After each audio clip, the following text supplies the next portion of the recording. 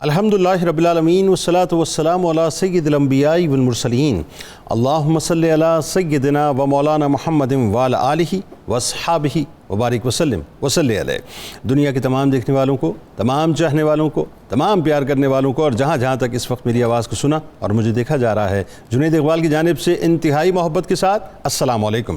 ایک بار پھر ناظرین آپ کو پر نور صبح نور کے ساتھ میں دل کی گہرائیوں سے خوش آمدید کہتا ہوں۔ آئیے بلا توقف چلیں گے حضرت ابو انیس محمد برکت علی علیہ رحمہ کی تالیف اسماء النبی الکریم صلی اللہ علیہ وآلہ وسلم سے رسول اللہ صلی اللہ علیہ وآلہ وسلم کا ایک اسم مبارک پڑھنے اور سننے کی سعادت حاصل کرتے ہیں۔ سیدنا المخبت صلی اللہ علیہ وآلہ وسلم، ہمارے سردار رجوع فرمانے والے، درود و سلام بھیجے اللہ آپ صلی اللہ علیہ وآلہ وسلم پر، آپ صلی اللہ علیہ وآلہ وسلم کے آل پاک پر اور صحابہ کرام رضوان اللہ تعالیٰ علیہم اجمعین پر۔ حضرت عبداللہ ابن عباس رضی اللہ عنہ بیان کرتے ہیں کہ حضور نبی کریم صلی اللہ علیہ وآلہ وسلم نے ارشاد فرمایا، اور عموماً یہ اکثر دعا کیا کرتے تھے کہ یا اللہ مجھے بہت زیادہ شکر ادا کرنے والا، تیرا ذکر کرنے والا اور صرف تجھی سے ڈرنے والا اور صرف تیری ہی اطاعت کرنے والا اور تیرے ہی آگے جھکنے والا اور تیرے ہی سامنے گریہ ازاری کرنے والا اور تمام امور میں تیری ہی طرف رجوع کرنے والا بنا دے۔ ہمارے ساتھ جناب جڑے رہیے، کیونکہ بر صغیر کی یہ خوش بختی ہے کہ یہ سرزمین اولیاء کرام کی الحمدللہ سرزمین ہے، جنہوں نے انبیاء کرام علیہم السلام کی سنت پر عمل کرتے ہوئے دین کے پیغام کو گھر گھر پہنچایا۔ اب یوں سمجھ لیجیے ناظرین کہ جو بھٹکے ہوئے تھے انہیں راستہ دکھایا، جو پیاسے تھے انہیں اسلام پر لا کر ان کے اوپر رحمتوں کا باقاعدہ می برسایا، جن کے قلوب زنگ آلود تھے انہیں اجلا بنا دیا، یعنی جن کے گھر شرک سے بھرے ہوئے تھے انہیں اسلام کا مسکن بنا دیا۔ اولیاء اور صوفیہ ناظرین اس قبیل میں ناظرین آپ جانتے ہیں کہ 4 بڑے سلاسل بنیادی طور پہ بر صغیر پاک و ہند کے حصے میں ہیں، جس میں سلسلہ قادریہ، سلسلہ نقشبندیہ، سلسلہ سہروردی اور سلسلہ چشتیہ نے بر صغیر کی سرزمین پہ جو کچھ رنگ جمایا اور جو کچھ کام کیا اپنی مثال آپ ہے۔ پھر انہی سلاسل سے ناظرین بہت سے سلاسل جاری ہوئے، مقصد صرف اور صرف ایک تھا کہ مشن مصطفیٰ صلی اللہ علیہ وآلہ وسلم کو گھر گھر عام کرنا۔ انہی سلاسل میں ایک سلسلہ نوشائیہ بھی ہے جو سلسلہ قادریہ کی اہم ترین شاخ ہے، جس کا آغاز حضرت حاجی محمد نوشہ گنج بخش رحمۃ اللہ علیہ کی ذات گرامی سے ہوا۔ حضرت نوشہ گنج بخش رحمۃ اللہ علیہ ناظرین عظیم المرتبت شیخ طریقت، سراج العارفین، شمس العاشقین، قطب الثقلین، غوث الفریقین، سلطان الاولیاء، برہان الاتقیاء، امام صدر ولایت، ضیاء بدر ہدایت، واقف رموز حقیقت، کاشف اسرار حقیقت، ہادی راہ ارشاد، ولی مادرزاد ہیں، اور آپ صاحب عشق بھی ہیں، صاحب محبت بھی ہیں، صاحب ذوق بھی ہیں، صاحب شوق بھی ہیں، زہد و ریاضت و تقوی اور عبادات میں اعلیٰ مقام رکھتے ہیں، جنہوں نے 10ویں اور 11ویں صدی ہجری یعنی 16ویں اور 17ویں صدی عیسوی میں تبلیغ دین کا علم اٹھایا۔ ناظرین کرام، حضرت حاجی محمد نوشہ گنج بخش رحمۃ اللہ علیہ مادرزاد ولی تھے، اور آپ رحمۃ اللہ علیہ کا تعلق انتہائی دیندار گھرانے سے تھا، متقی تھے، پرہیزگار تھے، اور گھرانہ بھی انتہائی متقی اور پرہیزگار تھا۔ آپ رحمۃ اللہ علیہ نے اس عظیم المرتبت والد کی آغوش میں یعنی تربیت پائی جو وقت کے ولی تھے، اور اس عظیم المرتبت ماں کی گود میں پرورش پائی جو وقت کی ولیہ تھیں۔ حضرت حاجی محمد نوشہ گنج بخش رحمۃ اللہ علیہ وہ با کمال و بے مثال ہستی ہیں جنہوں نے مختلف علوم و فنون میں کمال حاصل کیا، جس کے شواہد آپ کی تصانیف سے ملتے ہیں۔ آپ رحمۃ اللہ علیہ کو علم القرآن، علم کتاب سماویہ، علم حدیث، علم فقہ، علم تصوف، علم توحید، علم عملیات، علم اخلاق، علم ادب، علم عروض، علم طب، علم ادویہ، فن تجارت اور فن کتابت اور فن شاہ سواری اور تیر اندازی اور دیگر فنون کے اندر کملہ حاصل تھا۔ اس کے علاوہ ناظرین حضرت نوشہ پاک رحمۃ اللہ علیہ کو اپنی علاقائی زبان کے ساتھ ساتھ عربی، فارسی، کشمیری اور سنسکرت پر بھی مکمل طور پہ عبور حاصل تھا۔ یوں کہہ لیجئے کہ تبلیغ دین کے لیے یہ مختلف ٹولز تھے جو اللہ تبارک و تعالیٰ نے آپ کی ذات کے اندر مجتمع کر دیے تھے۔ آپ رحمۃ اللہ علیہ ادب میں ایک خاص مقام رکھتے تھے۔ آپ رحمۃ اللہ علیہ فارسی، ہندی، اردو اور پنجابی کے مایہ ناز شاعر تھے۔ حضرت حاجی محمد نوشہ گنج بخش رحمۃ اللہ علیہ ناظرین ظاہر و باطن، قول و فعل اور حال میں سنت نبوی صلی اللہ علیہ وآلہ وسلم کے پورے متبع تھے، یعنی کمالات ولایت کا یہ معاملہ کہ آپ اس مقام پر تھے کہ آپ صاحب کشف و کرامت بزرگوں میں شامل ہوتے تھے۔ آپ کا معمول مبارک تھا کہ آپ ریاضت و مجاہدے سے کبھی فارغ نہ ہوتے تھے، سفر ہو، حضر ہو، موسم گرما ہو، موسم سرما ہو، فرائض و سنن و نوافل کا باقاعدہ اہتمام کیا کرتے تھے۔ یہ ہیں بیسکلی صوفیہ کرام صاحب، یہ ہیں ایکچولی صوفیہ جن کی اصل تصویر بنیادی طور پہ معاشرے کے سامنے پیش کرنے کی ضرورت ہے۔ حضرت حاجی محمد نوشہ گنج بخش رحمۃ اللہ علیہ کریم الاخلاق اور خلق محمدی کا مجسم نمونہ تھے۔ آپ کی تمام عمر اتباع شریعت میں گزری۔ یہ ہے صوفی، یعنی آپ شریعت کے مکمل طور پہ پابند تھے، جسے دیکھ کر کئی گمراہ جو ہیں وہ باقاعدہ ہدایت پا گئے۔ غریبوں سے محبت کرتے تھے، مسکینوں سے محبت کرتے تھے، اپنے ہاتھ سے اپنے روزگار کا اہتمام کرتے تھے، کسی کے اوپر بوجھ نہ بنتے تھے، یعنی مریدین کو تکلیف نہ دیتے تھے، بلکہ خود محنت کر کے کسب حلال کیا کرتے تھے۔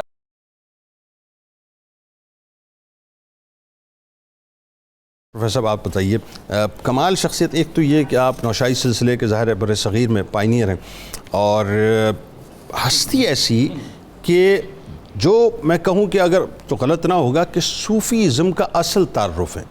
حضرت نوشہ گنج بخش رحمۃ اللہ علیہ سب سے پہلے تو میرا خیال ہے شاید یہ پہلا ہی چونکہ پروگرام ہو رہا ہے، پہلی مرتبہ آپ کی بارگاہ میں صبح نور کے ذریعے سے جو ہدیہ عقیدت پیش کیا جا رہا ہے۔ آپ کا خاندانی تعارف، اجداد کی بر صغیر آمد کیسے ہوئی یہ بتائیے، پھر والد و والدہ کا مقام و مرتبہ، اور خاص طور پہ جیسا کہ میں نے عرض کیا کہ سلسلہ قادریہ کی جو شاخ نوشائی ہے اس کا ذرا سا تعارف بھی لوگوں کو کروائیے۔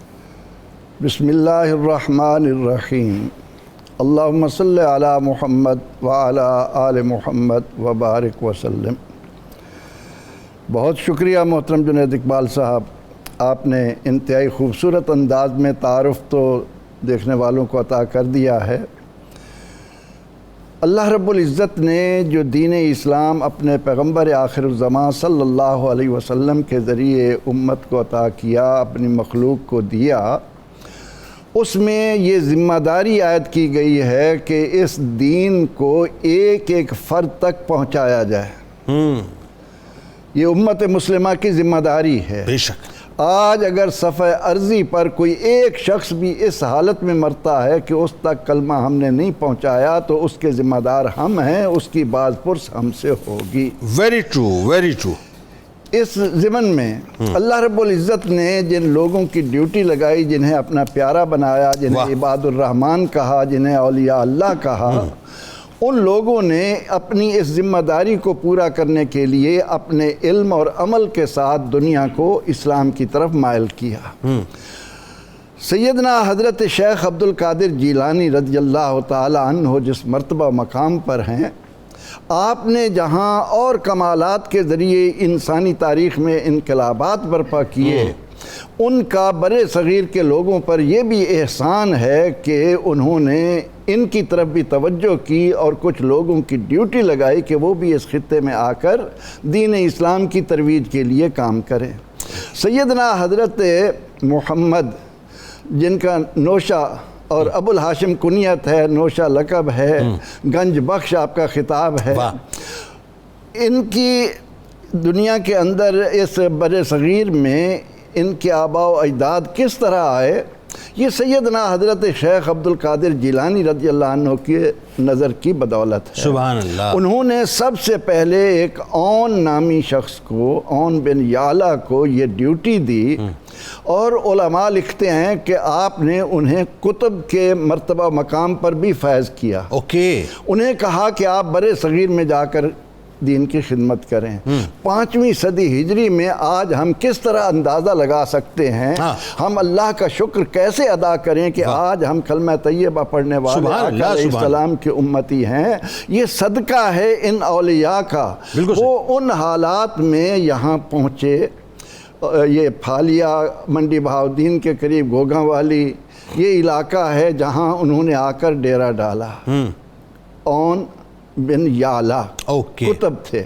اچھا، کہا جاتا ہے محمد بن قاسم کے مطلب کوئی قافلہ مطلب چلا، اس میں سے کچھ مطلب لوگ نہیں، ان کے بارے میں، ان کے فور فادرز میں سے کوئی، ان کے آباء و اجداد کے بارے میں یہ ہے کہ ان کو ڈیوٹی سیدنا حضرت شیخ عبد القادر جیلانی رضی اللہ عنہ نے دی، اور یہ مصائب برداشت کرتے ہوئے، سفر کی صعوبتیں جھیلتے ہوئے یہاں پنجاب میں پہنچے۔ یہ جو سون سکیسر کا علاقہ ہے، کوہستان نمک جسے کھیوڑا کہتے ہیں، ان علاقوں میں آج بھی اگر آپ کلر کہار جائیں تو وہاں پر ایک مزار کی نشاندہی کی جاتی ہے کہ یہ سیدنا شیخ عبد القادر جیلانی رضی اللہ عنہ کے بیٹے ہیں۔ اچھا، یہ بھی نشان ملتا ہے کلر کہار میں، یہاں مشہور جگہ ہے پنجاب میں کلر کہار، اسلام آباد کے راستے میں آتا ہے۔ جی جی جی، یہ ہائی وے پہ خاص طور پہ مطلب آتا ہے۔ انہوں نے آ کر یہاں کام کیا، موٹر وے پہ۔ جی جی، ان کی محنت سے اس علاقے کے راجپوت خاندان، کھوکھر ہوں، چوہان ہوں، یہ مسلمان ہوئے۔ انہوں نے جب تک ہمت تھی کام کیا، پھر وہ واپس لوٹ گئے۔ ان کا وصال بغداد میں ہوا، ان کا مزار بغداد میں ہے۔ ٹھیک، یہاں انہوں نے اپنی جانشینی اپنے بیٹے زمان کو دی۔ ٹھیک، ان کے بیٹے نے بھی اسی طرح محنت کی، اور ان کی محنت شاکہ کی بدولت یہاں کا حکمران رانی بھارت وہ بھی مسلمان ہوا، اور اس کی کوشش سے اس علاقے کے اندر اسلام کی اشاعت ہوتی چلی گئی۔ یہ صدقہ ہے ان اولیاء اللہ کی اس خطے میں آمد کا۔ پھر زمان شاہ کے آگے بیٹے پیر محمود شاہ، انہوں نے کام کیا، ان کی وساطت سے بہت اسلام پھیلا۔ پھر ان کے آگے ان کے بیٹے رحیم الدین اور علاء الدین۔ اب یہ جو علاء الدین ہیں یہ بھی باعمل عالم تھے، سبحان اللہ، تقوی و طہارت کے مالک تھے، سبحان اللہ، زہد و ریاضت ان کی پہچان تھی۔ ان کو اللہ تعالیٰ نے جیون ساتھی جیونی عطا کیا۔ وہ اتنی پائے کی خاتون تھیں کہ ان کے بارے میں علماء نے لکھا کہ جب انہیں اللہ نے یہ بیٹا دیا جن کا نام محمد رکھا، نوشہ تو کہتے ہیں دولہا کو کہتے اکیلا یکتا، بلکہ بعض علماء نے علم عدد کے اعتبار سے بڑی خوبصورت بات کی ہے کہ نون کے عدد ہیں 50، ٹھیک، واو کے ہیں 5، اور شین کے ہیں 300، ہا کے ہیں 6، ہا کے ہیں 5 اور واو کے 6 ہیں، تو اس طرح سے 361 بنتے ہیں۔ اب 361 کو اگر آپ 3 جمع 6 اور جمع 5 اور اس طرح کریں تو وہ 10 بنتے ہیں۔ 361 3 جمع 6 جمع 1، جی بالکل ٹھیک ہے۔ اب 10 کو آپ تقسیم کریں تو وہ 1 آتا ہے۔ اس بنا پر وہ کہتے ہیں کہ ہمارا یہ دولہا اپنے وقت میں اس خطے میں کام کرنے والا یکتا ہے۔ قادری سلسلے کے دولہا ہی بنے نا، اور مسمہ بنے بات ہے، بالکل ٹھیک۔ اور کیسے ہوئے؟ ان کی والدہ کے بارے میں کہتے ہیں کہ وہ مادرزاد ولیہ تھیں، اور اپنے بیٹے کے لیے انہوں نے وصیت کر رکھی تھی کہ کوئی بغیر وضو کے ان کو ہاتھ نہ لگائے۔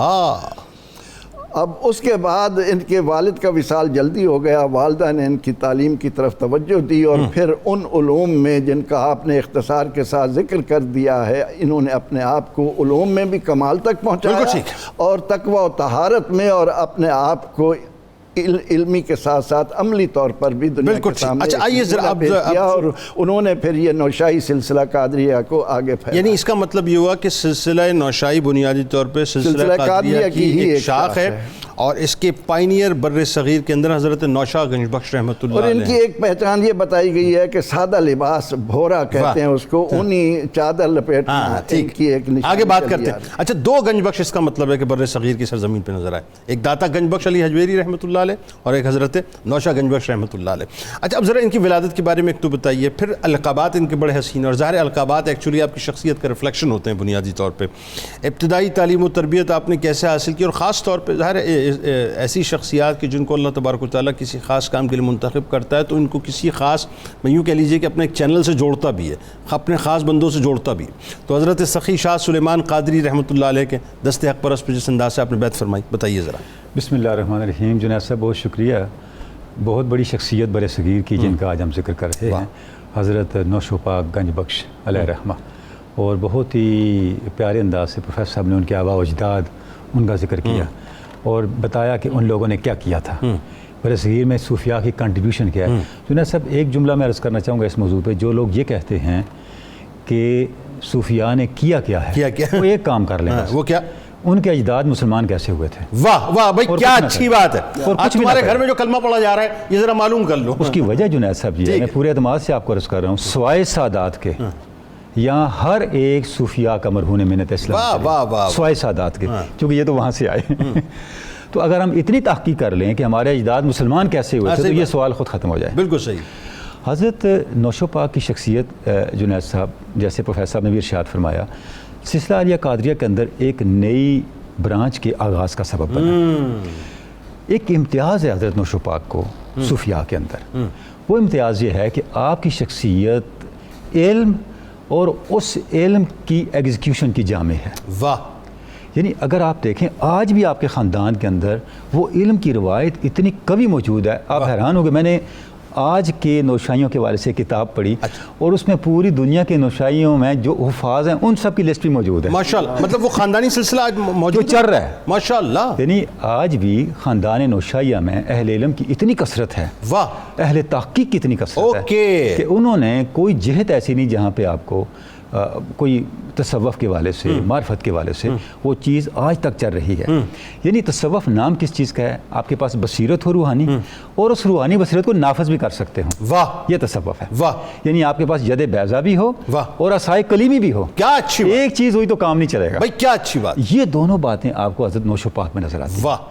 یعنی اتنی آپ کثیر و تصانیف ہیں, جیسے آگے ذکر بھی اس کا ہوگا, اور اتنے وسیع آپ کا علم ہے کہ انسان کی عقل دنگ رہ جاتی ہے. واہ. آپ کی ولادت, یعنی علم کو آپ نے بنیاد بنایا اپنی علم کوئی صرف نہیں بلکہ اس کے نفاذ کو بھی, کہ علم کو ایگزیکیوٹ کیسے کرنا. واہ واہ. دیکھیں آپ کو یہ پتہ ہے سونا کیسے بنتا ہے, اور کہیں یہ بنا کے دکھاؤ گے یہ تو میں نہیں کر سکتا. یعنی knowledge, execution of knowledge. Knowledge and execution of knowledge. Knowledge is ید بیضا, آپ نے یاد کیا روشنی آ گئی. بالکل ٹھیک ہے. اور ایگزیکیوشن کا عصائے کلیمی ہے. جب دریا پہ لگائے تو دو حصے ہو گئے, پتھر پہ لگائے تو پانی ہو گیا, پانی پہ لگائے تو پتھر ہو گیا. سبحان اللہ. یہ عصائے کلیمی. سبحان اللہ.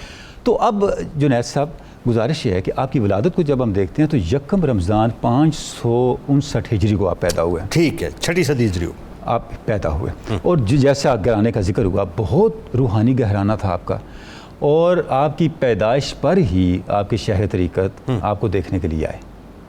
یعنی اب دیکھیں کیسی روحانی مناسبت ہوتی ہے. اور انہوں نے اپنی لنگی عطا کی جس میں آپ کو لپیٹا گیا. اس کا مطلب یہ ہوا کہ شیخ طریقت کی آپ پر آپ کی پیدائش کے ساتھ ہی نگاہ. سبحان اللہ.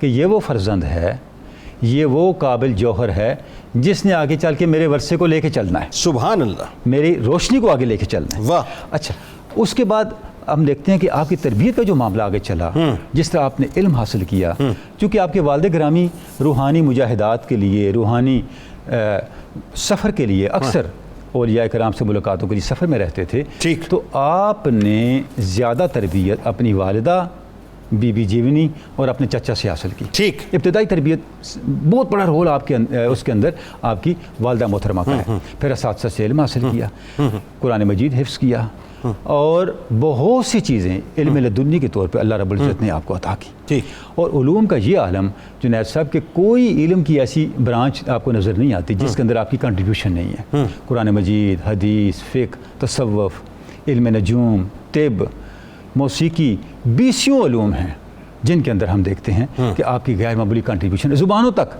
ٹھیک. یعنی عربی, فارسی, سنسکرت, پنجابی, ان زبانوں میں بھی. بلکہ آپ کی تصانیف کو جب ہم دیکھتے ہیں تو اردو میں آپ نے 75 اور پنجابی میں 126 رسائل لکھے تصوف کے مختلف موضوعات پہ. ٹھیک. اور جب ان سب کو گنج ٹھیک کہا جاتا ہے. اچھا, میں ذرا سا کنفیوز ہوا کہ یہ 10ویں 11ویں صدی ہجری ہے نا آپ کی بنیادی طور پہ. ہاں, یہ ذرا سا کیونکہ میں شاید سب کو لسانی کر گیا ہوں. ہاں, 959. ہاں, بات یہ 10ویں صدی ہجری. اچھا, اب ذرا یہ بتائیے کہ یہ ظاہر ہے یہ وقت جو ہے بڑا ایک ایسا وقت ہے کہ جس میں بر صغیر کے اندر مختلف سلاسل اپنے اپنے انداز سے ظاہر کام کر رہے تھے. اور اگر مطلب اس کو 20ویں صدی کے اعتبار سے دیکھیں تو یہ 16ویں اور 17ویں صدی بنتی ہے بنیادی طور پہ. اس دور میں جو علمی مقام و مرتبہ آپ نے حاصل کیا خاص طور پہ, اور ظاہر ہے چونکہ آپ کثیر التصانیف تھے تو یہی آپ کا حوالہ بھی بنیادی طور پہ بنا, تو میرا خیال ہے سننے والے سننا چاہیں گے کہ آپ کا علمی مقام و مرتبہ بھی بتلائیے اور تصانیف کے بارے میں بھی خاص طور پہ بتائیے. بسم اللہ الرحمن الرحیم. حضرت حاجی نوشا گنج بخش رحمۃ اللہ تعالی علیہ وہ عظیم المرتبت ولی کامل ہیں کہ اولیاء کے وجود سے تو کبھی بھی زمین خالی نہیں ہوتی, لیکن یہ وہ ولی کامل ہیں کہ جن کے اثرات عام مومنین کے ساتھ ساتھ اللہ کے اولیاء کاملین پر بھی پڑے, اور انہوں نے آپ کے ساتھ محبت اور پیار اور عقیدت و الفت کا اظہار بھی کیا. تو ہم دیکھتے ہیں کہ اولیاء کاملین میں سے جو سلسلہ نوشاہیہ ہے اس کے آپ بانی ہیں. تو بانی ہونے کے لیے صرف ولی ہونا کافی نہیں ہے, بلکہ اس کے لیے وہ پورے اذکار, اس کے پورے اشغال اور تمام طرائق وہ دینے کے قابل ہوتے ہیں, اور پھر تلقی بالقبول کا بھی درجہ دلوانا ہوتا ہے. تو حضرت حاجی نوشا گنج بخش رحمۃ اللہ تعالی علیہ علم و فنون کے اندر اور تصانیف کے اندر حضرت سیدنا عبداللہ بن عباس رضی اللہ تعالیٰ عنہ کو جو فرمانے علی شان ہے قید العلم بالکتابہ، علم کو لکھ کر محفوظ کرو۔ واہ، آج ہم جو کچھ دیکھ رہے ہیں وہ صرف ہماری آنکھیں دیکھ رہی ہیں، واہ، آنے والی نسلوں کو دکھانے کے لیے ہمیں لکھنے کا سہارا لینا پڑے گا، ورنہ بات ادھر کی ادھر ہی رہ جائے۔ بالکل صحیح۔ تو آپ نے ان چیزوں کو احاطہ تحریر میں لا کر آنے والی نسلوں تک پہنچایا، اور اس سے پہلے یہ نہیں کہ کاپی پیسٹنگ، یہ آج کل تو کام ہی یہ رہ گیا، آج کل کام ہی یہ رہ گیا، صحیح۔ تو انہوں نے اس دور میں وہ کام کیا کہ پہلے ان فنون کے اندر خود مہارت تامہ حاصل کی، پھر اس کے بعد ان کو آگے منتقل فرمایا۔ آپ دیکھیے علوم و فنون میں آپ جو سابقہ کتابیں تھیں، صحائف جن کو کہا جائے، یا تورات، زبور، انجیل اس دور میں جو میسر تھی، ان پہ بھی کامل دسترس حاصل کی، خود قرآن پاک اور تفسیر قرآن کے اوپر بھی مہارت حاصل کی، پھر آپ نے علم حدیث کے اوپر اور اصول حدیث کے اوپر یہ بھی آپ ماہر تھے، اسی طرح آپ فقہ کے اندر اور اصول فقہ کے اندر بھی آپ کو مہارت حاصل تھی، اور جہاں تک دنیاوی علوم ہے، میڈیکل کے اندر، علم طب کے اندر آپ بہت بڑے ماہر تھے، اور جدید کیمسٹری جو ہے علم الادویہ کے اندر جا کر آپ ہر چیز کے خواص کے بھی ماہر تھے۔ اسی طرح ہم دیکھتے ہیں کہ اگر جہاد اسلام کی ذروت و سنام ہے، اسلام کی کوہان ہے، تو اس کے لیے فن شاہ سواری کے بھی آپ ماہر تھے، اور پھر اس کے ساتھ ساتھ جو ہے وہ شمشیر زنی، نیزہ بازی، اور اس کے ساتھ ساتھ تیر اندازی کرنا، یہ تو اظہر من الشمس تھا۔ تو ان تمام چیزوں کے اندر آپ مہارت حاصل کرتے گئے، اور وہ جو سرکار کا فرمانے علی شان ہے الحکمت ضالۃ المؤمن، کہ دانائی مومن کا اپنا ہی گمشدہ خزانہ ہے، جہاں سے ملتا ہے وہاں سے لے لے، کسی سے پوچھنے کی ضرورت نہیں۔ تو آپ نے اسی چیز کو حاصل کیا، اور پھر وہ حاصل کر کے اس کو صاف اس کی تنقیح کے ساتھ آگے پہنچایا، یعنی انتہائی ڈائیورس شخصیت تھی بات یہاں۔ تو اس میں آپ کو تصانیف کا سہارا لینا پڑا، تو آپ نے اس سے بھی اپنے آپ کو پیچھے نہیں رکھا، بلکہ ہم دیکھتے ہیں کہ آپ نے گنج الاسرار کے نام سے ایک کتاب تحریر فرمائی، جس کے اندر آپ نے اسرار و رموز، جو معرفت، حقیقت، طریقت، شریعت، ان تمام چیزوں کے حقائق بیان کی، اور عام علاقہ وائز دیکھیے عربی کا ماحول ایک اور ہے، وہاں کے لوگوں کی سوچ ایک اور ہے، ہمارا ماحول جو بر عظیم کا ہے، جس کو بر صغیر کہا جاتا ہے، یہاں کے رہنے والوں کی بود و باش اور طرز زندگی الگ ہے، تو اس کو عرب ماحول کو ادھر آپ جب تبدیل کر کے لوگوں کو دیں گے اس ماحول کے مطابق تو یہ قبول کریں گے، اگر ہم وہ پورے کا پورا وہ ادھر نافذ کریں گے تو ظاہر ہے کہ یہ قبول نہیں کر سکتے۔ تو آپ نے اس کے لیے جو کتابوں کے اندر جو جتنے اشغال تھے، جتنے اذکار تھے، ان کو خوبصورت انداز میں ان لوگوں کی دسترس حاصل کرنے کے لیے پہنچا دیا۔ مومن ظاہر وقت کا نباز ہوا کرتا ہے، تو وہ اس بات کا صوفیہ خاص طور پہ خیال رکھتے ہیں۔ بالکل۔ اس کے بعد ہم دیکھتے ہیں کہ آپ نے جو حضرت سیدنا سچیار رحمۃ اللہ تعالی علیہ، آپ کے اولین جو خلفاء میں بھی آئے، ان کے ساتھ جو آپ نے گفتگو کی، جو کلام کیا، اور انہوں نے پھر اس کو احاطہ تحریر میں رکھا کلمات طیبات ملفوظات کے اندر۔ اسی طرح ہم دیکھتے ہیں کہ آپ نے پھر شاعری بھی فرمائی، علم عروض کے اندر اتنی مہارت تامہ حاصل تھی کہ آپ نے سنسکرت کے اندر بھی لکھا، آپ نے اس کے ساتھ ساتھ کشمیری زبان میں بھی لکھا، آپ نے اس کے ساتھ ساتھ پنجابی میں بھی لکھا، اور اردو اس وقت ڈیولپ ہو رہی تھی تو اس کے اندر بھی آپ نے اپنا حصہ ڈالا، یعنی اردو کے ابتدائی ادیبوں کے اندر آپ بھی شامل ہیں۔ تو اسی طرح یعنی اردو کے اوپر آپ کے بھی احسانات موجود ہیں، پنجابی کے اندر آپ نے لکھا، اور یہ 6000 سے زائد اشعار جو ہے وہ آپ نے خود ترتیب دی، اور سارے تقریباً عشق پر مبنی، محبت پر مبنی، اور لوگوں کو دین کی طرف لانے اور آخرت اور دنیا کی بے ثباتی، ان تمام چیزوں کے تذکرے آپ نے فرمائے۔ پھر جب تفسیر کی طرف گئے تو صرف آپ نے لوگوں کو ایک ہی چیز کی طرف لائے کہ ہم نے فنون لطیفہ جو چیزیں ہیں وہ ادھر کی ادھر، اب اگلی منزل بھی دیکھو، اور وہ ہے قیامت۔ اس کے لیے آپ نے قرآن پاک کی جو سورت کا انتخاب فرمایا وہ ہے سورۃ النازعات، والنازعات غرقاً۔ یہ پوری سورت جو ہے یہ قیامت کے احوال کے لیے ایک بہت زبردست چیز ہے۔ اس سورت کے الفاظ تو اپنی جگہ پر، لیکن جو انداز ہے اللہ تعالیٰ نے بتا دیا، اس کو اگر عام مومن روزانہ ترجمے کے ساتھ پڑھنا شروع کر دے تو اس کے بہت زیادہ اثرات انسان کی طبیعت پر پڑتے ہیں اور انسان کی تبدیلی آتی ہے۔ تو آپ نے اسی لیے سورۃ النازعات کی خصوصی تفسیر فرمائی۔ تو ہم دیکھتے ہیں کہ آپ نے ان تمام چیزوں کے ساتھ ساتھ جو خصوصیت سے اشغال عطا کیے، جو طریقے عطا کیے، آج بھی وہ سلسلہ نشاہیہ کے اندر وہ بہت زیادہ اہمیت رکھتے ہیں، اور چونکہ عام لوگوں کا. یہ دیکھیے گا اپنا جنید صاحب، اس میں مسئلہ قابل غور یہ ہے کہ جب آپ مریض کی طبیعت دیکھ کر علاج کرتے ہیں تو پھر وہ مؤثر ہوتا ہے. یہاں کے لوگ چونکہ اس وقت جدھر آپ اسلام کی تبلیغ فرما رہے تھے، عشق اور حضور علیہ السلام کی محبت کے جام جو ہے وہ قوالیوں کی صورت میں عطا کی، اور لوگوں کے اندر وہ آج بھی مقبول ہیں، اور آپ کے آج بھی محافل کے اندر وہ سلسلے چلتے ہیں. سبحان اللہ.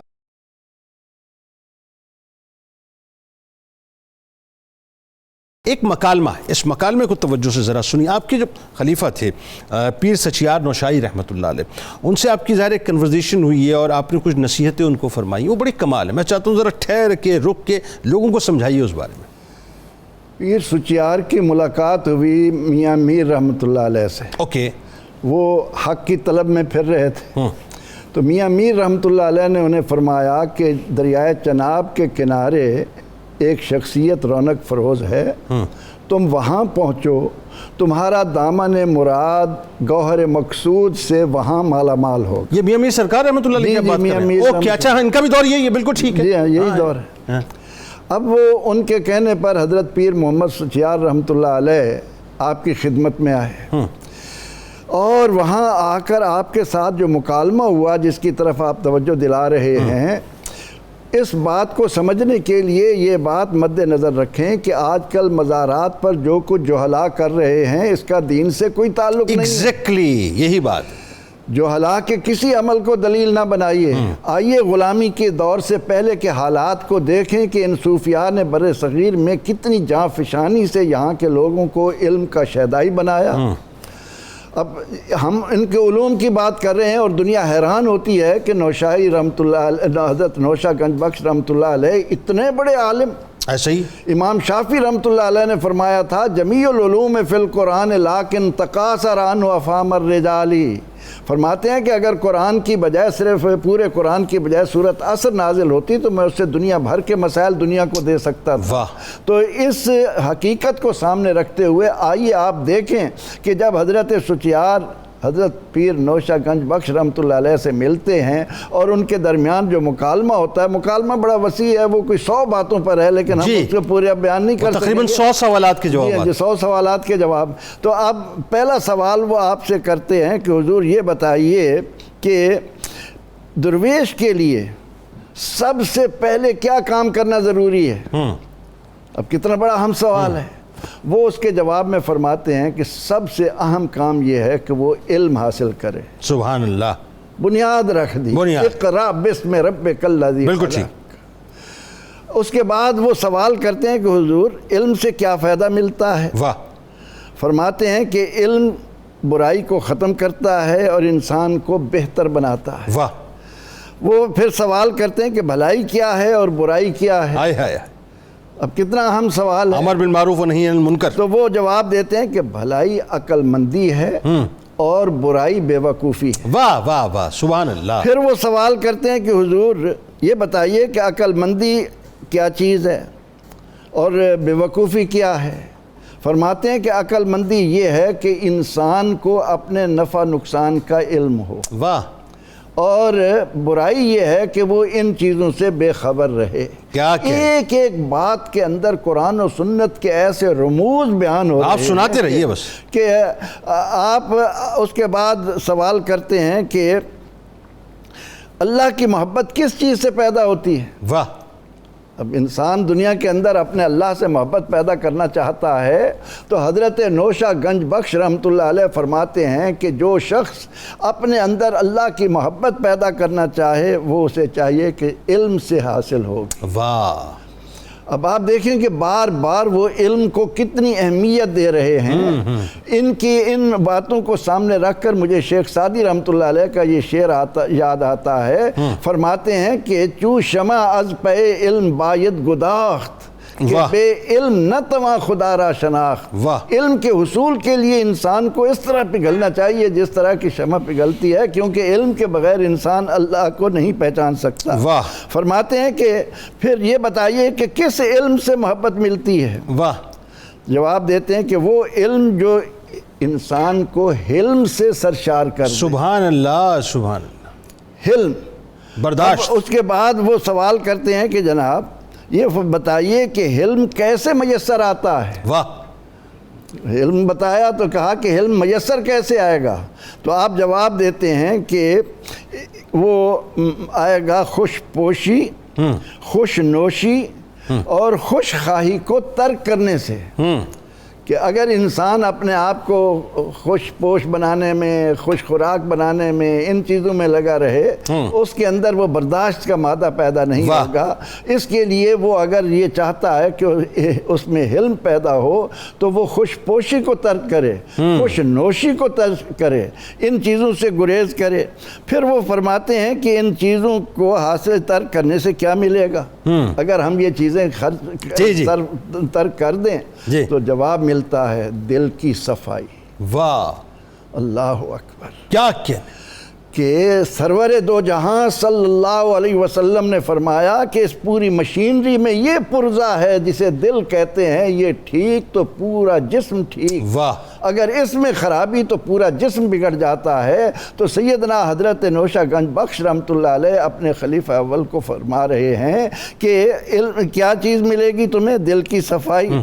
فرماتے ہیں کہ یہ بتائیے کہ دل کی صفائی کی اہمیت کیا ہے؟ واہ! دل کو جو صاف کر لیں تو اس کی، فرمایا اس سے معرفت الہی حاصل ہو۔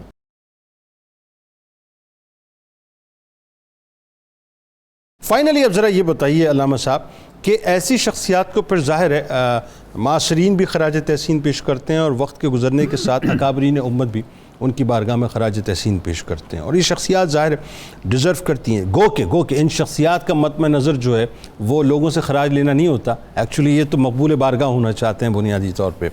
تو ایک تو یہ کہ جس انداز سے اکابرین امت نے آپ کی بارگاہ میں خراج تحسین پیش کیا، اور خاص طور پہ آپ رحمۃ اللہ علیہ کے کمالات کے بارے میں مزید بتائیے، اور آخر میں ایک دو مرتبہ جب آپ کی قبر اطہر جو ہے کسی وجہ سے کھولی گئی تو لوگوں نے کیا دیکھا، ذرا یہ بھی لوگوں کو بتائیے۔ جی یقیناً اسی طرح ہے کہ جب نوشہ کا لفظ ہے، اگر ہم اس کو دوسری طرف سے بھی دیکھیں، چونکہ حضور صلی اللہ تعالیٰ علیہ وآلہ وسلم نے فرمایا انما انا قاسم واللہ یعطی، اللہ تعالیٰ مجھے عطا فرما رہا ہے اور عطا فرماتا رہے گا، اور میں اپنے غلاموں میں بانٹ رہا ہوں اور بانٹتا رہوں گا۔ تو حضور صلی اللہ تعالیٰ وسلم کو اللہ تعالیٰ کی طرف سے جو فیوز و کمالات عطا ہوئے تھے، تو حضور صلی اللہ علیہ وسلم نے اپنی شان نبوت کے مطابق اپنے امتیوں کو عطا کیے۔ بلکہ اعلیٰ حضرت امام احمد رضا فاضل بریلوی رحمۃ اللہ تعالی علیہ کا ایک بڑا مشہور شعر ہے، اگر وہ ہم اسی اینک کے ساتھ دیکھیں تو پھر بڑا خوبصورت رنگ نظر آتا ہے۔ ہاں بتائیے۔ آپ فرماتے ہیں کہ شب اسرا کے دولہا پہ دائم درود، واہ! نوشہ بزم جنت پہ لاکھوں سلام۔ کیا کہنے! تو نوشہ اصل حضور علیہ السلام کی ذات والا تبار ہے، تو جو حضور کے در تک لوگوں کو پہنچاتے ہیں تو حضور پھر انہیں بھی نوشہ بنا دیا۔ وہ کائنات کے نوشہ ہیں، بات یہ اپنے اپنے علاقوں اپنے اپنے زمانوں کے نوشہ ہیں۔ تو اسی لیے آپ کو جو در مصطفیٰ سے حاصل ہوا ہے وہ آپ نے امت مصطفیٰ میں بالکل تقسیم ایسا، فرمایا بالکل ہے۔ ایسا۔ تو ہم دیکھتے ہیں اسی لیے آپ کے ساتھ معاصرین جو تھے، حالانکہ آپ کا دور مقدس جو اس کے اندر بڑے نامور اولیاء کاملین موجود تھے، جی ایسا ہی، آپ کا آخری دور اور حضرت سلطان باہو رحمۃ اللہ تعالی علیہ کا اولین دور تھا، تو یہ ایک زمانہ ہے۔ اسی طرح حضرت میاں میر سمیت یہ دیگر ہستیاں اکابرین ساری اسی دور کے اندر ہیں، اپنے اپنے علاقوں میں بہت زیادہ خدمات خود اورنگزیب عالمگیر رحمۃ اللہ علیہ کو کم ہستی تھیں کیا؟ جی، تو اب ہم دیکھتے ہیں کہ آپ کے جو معاصرین ہیں ان میں حضرت سیدنا میاں میر رحمۃ اللہ تعالی علیہ کے پاس جب حضرت سچار گئے ان سے فیوز و برکات لینے کے لیے، تو اولیاء کاملین جو ہے وہ آپس میں عداوت نہیں رکھتے۔ تو حضرت میاں میر رحمۃ اللہ تعالی علیہ نے جب حضرت سچار گئے تو ان کو جا کے یہ ان سے فیض لینے کی تمنا کی، تو انہوں نے عداوت میں یہ نہیں کہا بھی بس میں ہی ہوں، آئے میرے پاس تو میں کسی اور کے پاس کیوں بھیجوں، لیکن انہوں نے فرمایا کہ تم جاؤ دریائے چناب کے کنارے ایک مرد کامل بیٹھا ہوا ہے حاجی محمد، تو ان کے پاس جاؤ اور ان کے جا کے اپنا جو ہے وہ دستے سوال دراز کرو، تمہارا دامن امید وہ بھر دیں گے، تمہیں جو کچھ مجھ سے چاہیے اس سے کہیں زیادہ وہ تمہیں عطا کر دیں گے۔ یہ دو چیزیں، ایک طرف تو ان کو روانہ بھی کر رہے ہیں اور دوسری طرف آپ کی شان کا اظہار بھی کر رہے ہیں۔ تو اسی طرح ہم دیکھتے ہیں کہ حضرت شیخ عبدالحق محدث دہلوی رحمۃ اللہ تعالی علیہ، آپ نے حضرت سیدنا نوشہ گنج بخش رحمۃ اللہ تعالی علیہ کو راہ محبت کا سخی قرار دیا۔ سبحان اللہ! کہ آپ راہ محبت کے وہ سخی ہیں جو اس علم کے اندر رہتے ہوئے, اس ماحول کے اندر رہتے ہوئے لوگوں کو وہاں تک پہنچانا. بلکہ اگر میں حضور کی حدیث کو کوٹ کروں ساتھ میں تو زیادہ لطف بنے گا. حضور صلی اللہ علیہ وسلم فرماتے کہ سب سے سخی اللہ ہے, اور اس کے بعد اللہ تعالیٰ کی ذات کے بعد سب سے بڑا سخی میں ہوں, اور پھر سرکار فرماتے ہیں میرے بعد سب سے بڑے سخی امت کے علماء ہے. تو آپ جو راہ محبت کے سخی تھے تو آنے والے اپنے در پہ آنے والوں کو اسی طرح سخاوت میں سے وافر حصہ عطا کیا کرتے تھے. اسی لیے گنجے بخش کہا گیا کہ آپ لوگوں کو خزانے بھر بھر کے عطا کرتے تھے. اسی طرح ہم دیکھتے ہیں مفتی غلام سرور لاہوری سمیت جنہوں نے آپ کو مادرزاد ولی قرار دیا کہ آپ حضرت سلیمان قادری کے ان خلفاء میں سے ہیں جو خلیفہ کچھ ہوتے ہیں اپنی محنت کر کے, اور جس طرح حضور غوث الثقلین بچپن سے مادرزاد ولی ہیں تو حضرت نوشہ گنج بخش رحمۃ اللہ تعالی علیہ بھی مادرزاد ولی ہیں. جب ہم آپ کے وصال کی بات کرتے ہیں تو اس میں یہ بات ذہنوں میں رکھنی چاہیے کہ اگر بوقت ضرورت کسی میت کی منتقلی کا مرحلہ درپیش ہے تو پھر منتقل کی جا سکتی ہے, اور انتقال بھی میت کا انتقال یا اس کو منتقل کرنا یہ عذر شرعی کے ساتھ ہو. جس طرح حضرت سیدنا عبداللہ رضی اللہ عنہ شہدائے احد, ان کے مزارات کی منتقلی کی گئی جب وہاں سے نہر گزارنی تھی اور اہل مدینہ کے لیے میٹھے پانی کا کوئی انتظام نہیں تھا تو اس نہر کے ذریعے پانی پہنچانا تھا, تو پھر ان کے اجسام جو ہے وہ منتقل کیے گئے. حضرت جابر رضی اللہ عنہ اپنے والد محترم کا جسم مقدس جو ہے وہ خود اپنے کاندھوں پہ اٹھا کر منتقل کیا. تو اس کا مطلب ہے بلکہ یہ تو اس صدی کی پچھلی صدی کی بات ہے. یہ اپنا کیا کہتے ہیں آپ کا حضرت حذیفہ رضی اللہ تعالیٰ عنہ, حضرت جابر بن عبداللہ انصاری رضی اللہ, تو خواب میں آگے بتلا دیا تھا انہوں نے, ان کے تو باقاعدہ اجسام مطلب مبارک جو ہے منتقل ہوئے. تو اسی طرح یہ مرحلہ حضرت سیدنا نوشہ گنج بخش رحمۃ اللہ تعالی علیہ کے وصال باکمال کے پورا 100 سال بعد آیا, جب دریائے چناب کا ادھر زور پڑ گیا اور اندر پانی جانے کا, اور پانی اتنا زیادہ آ رہا تھا کہ وہاں پہ سارا کچھ ختم ہونے کا نظام کا خطرہ تھا. تو اہل محبت نے وہاں سے آپ کا جسد مبارک نکالا, اور دیکھیے جنید صاحب 3 دن تک آپ کا جسد مبارک لوگوں کی زیارت کے لیے رکھا گیا, اور جسم مقدس بھی تر و تازہ تھا, اور آپ کا کفن بھی بالکل ابھی میلا نہیں تھا, وہ بھی صاف ستھرا تھا. وہاں پہ آپ کو سان پال, یہ جہاں آپ کو پہلے جہاں پر جو ہے وہ دفن کیا گیا, وہاں سے پھر آگے 67 سال کے بعد یعنی 67 کے بعد آپ کو دوبارہ پھر وہاں سے نکالا گیا, ادھر بھی پانی آ گیا, تو پھر وہاں سے نکال کر یہ رنمل شریف جو ہے یہ ہیڈ قادر آباد کے پاس جو ہے وہاں جا کر آپ کو دوبارہ دفن کیا گیا. تو دوسری دفعہ نکالا گیا 67 سال کے بعد, تو بھی آپ کا جسم مقدس تر و تازہ تھا. تو یہ اللہ کے ولی ہیں جو قبروں کے اندر جانے کے بعد ختم نہیں ہوتے, بلکہ وہ ایک حالت سے بل ینتقلون من الدار الی الدار. وہ اصل میں بات پتہ ہے کیا علامہ صاحب, اگر مجھے اجازت دیں, چاہے وہ شہیدان احد کی بات ہو, ظاہر ہے چاہے وہ اسی دور میں, یا جیسا میں نے آپ کو بتایا پچھلی صدی میں حضرت حذیفہ حضرت جابر رضی اللہ تعالیٰ عنہما کی بات ہو, یا حضرت نوشہ سرکار رحمۃ اللہ علیہ کی بات ہو, یا اس طرح سے کئی قبور جو ہیں وہ اپنا ظاہر ہوئیں, تو ان سب نے صرف ایک ہی پیغام دیا, ایک ہی پیغام کہ زمین میلی نہیں ہوتی, زمن میلا نہیں ہوتا, محمد کے غلاموں کا کفن میلا نہیں ہوتا. یہ ہے اصل بات.